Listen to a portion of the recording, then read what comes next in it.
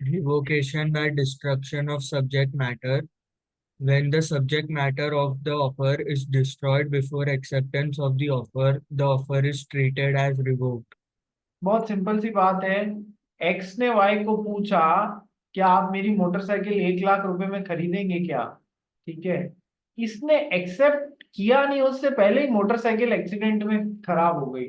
ठीक है, टूट गई, बिखर गई। तो अब जब सब्जेक्ट मैटर ही खत्म हो गया, तो क्या ये ऑफर अपने आप लैप्स नहीं हो जाएगा? सर अपने आप खत्म हो जाएगा। ठीक है। तो सर ये भी एक तरीका होता है ऑफर लैप्स होने का। नेक्स्ट है बाय चेंज इन लॉ। पढ़ ले भाई इसको। An offer comes to an end when the performance of the contract arising out of acceptance of the offer made becomes impossible due to the change in law. An offer comes to an end when the performance of the contract arising out of acceptance of the offer made becomes impossible due to the change in law। देखो, बहुत simple है।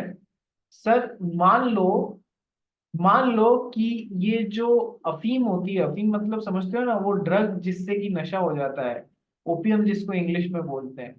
ठीक है, कई दवाइयों में as a pain killer डलती है, लेकिन लोग इसको नशा करने के काम में ले लेते थे। मान लो पोस्ट इंडिपेंडेंस एरा अभी आया ही है, पोस्ट इंडिपेंडेंस 1950 चल रहा है फॉर एग्जांपल, और अफीम ओपियम की खेती पे अभी तक बैन नहीं है। तो एक्स ने वाई एक किसान को ऑफर दिया, क्या आप मेरे लिए 2 किलो ओपियम उगाएंगे और मैं आपको 20,000 रुपये सप्लाई कर दूंगा। 1950 में 20,000 रुपये बहुत होते थे। तो क्या आप मुझे 2 किलो ओपियम उगा के देंगे और मैं आपको 20,000 रुपये सप्लाई कर दूंगा?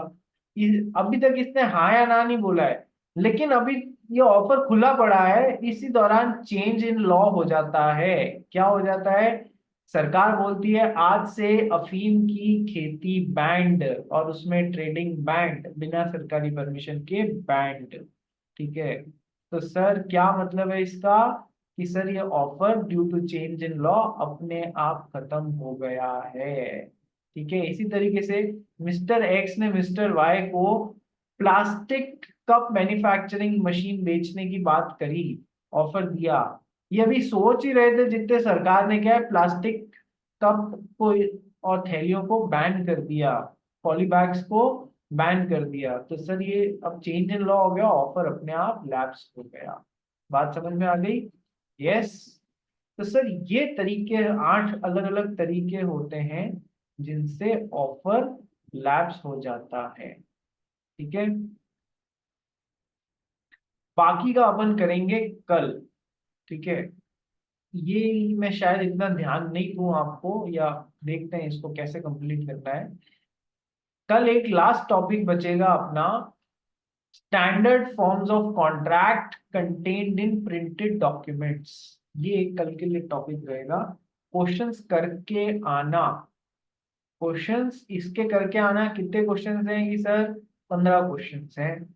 और 15 क्वेश्चंस को करने के बाद में मैं इसका क्वेश्चन बैंक अलग से दे दूंगा, वो भी कर लेना। ठीक है। तो ये तो हो गई एक बात। करण फारिया बोल, क्या हुआ? ये भेज देना ना सर ग्रुप पे।